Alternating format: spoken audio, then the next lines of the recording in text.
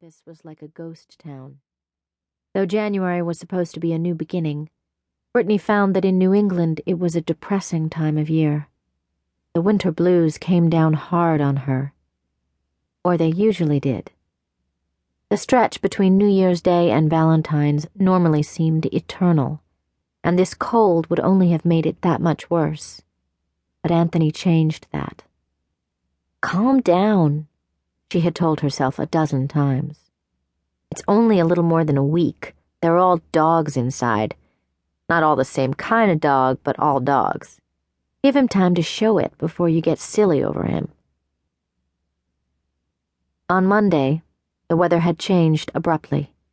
From 18 degrees the day before, and much colder with the wind chill, it surged to nearly 50 by 11 in the morning. Overnight, it only dropped to 30. Then, this morning, Brittany had woken up to snow.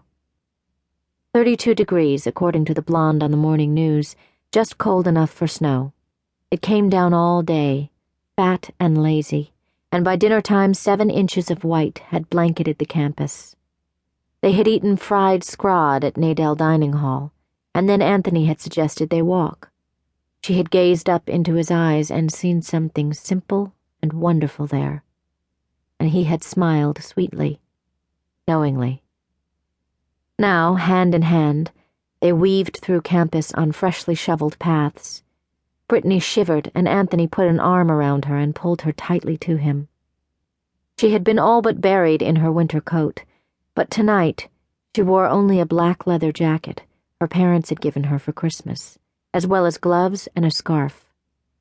Anthony had his Somerset Colts football jacket on, the nickname Ant sewn onto the breast. Together, they were warm. The snow had all but ended, save for a few fat flakes that still twirled slowly to the ground. There was very little wind. The sky had begun to clear, and stars were peeking through. The evergreens and bare oaks that dotted the campus lawns were heavy with the fresh snow, which glistened in the light thrown by street lamps. Wandering along the paved paths, they passed several other couples who had apparently had the same idea, and 2 groups of guys whose cabin fever had resulted in their getting very drunk the first day out of the cold snap. And the second.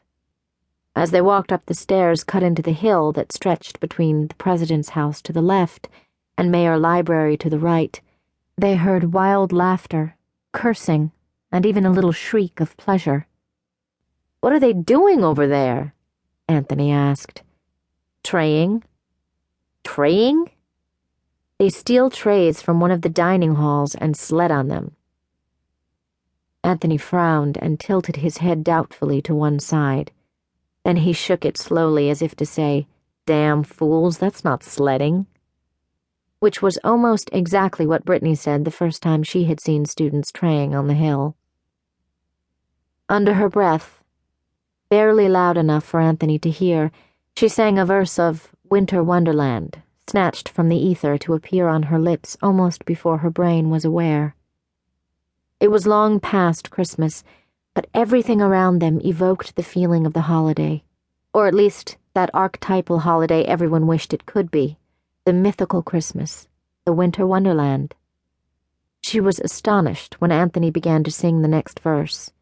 Though low, his voice was smooth and clear as crystal, a gospel voice, though she doubted he spent much time in church.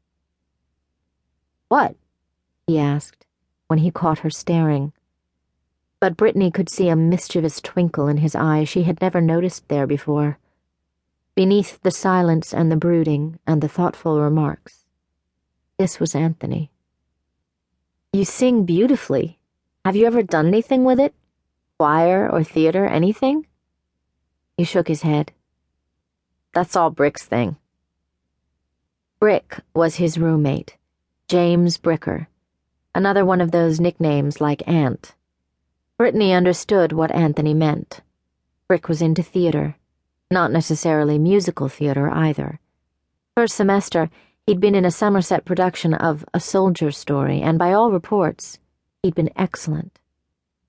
Just because Brick does theater, that doesn't mean you can't do some singing yourself. You guys would probably have fun if you did it together sometime.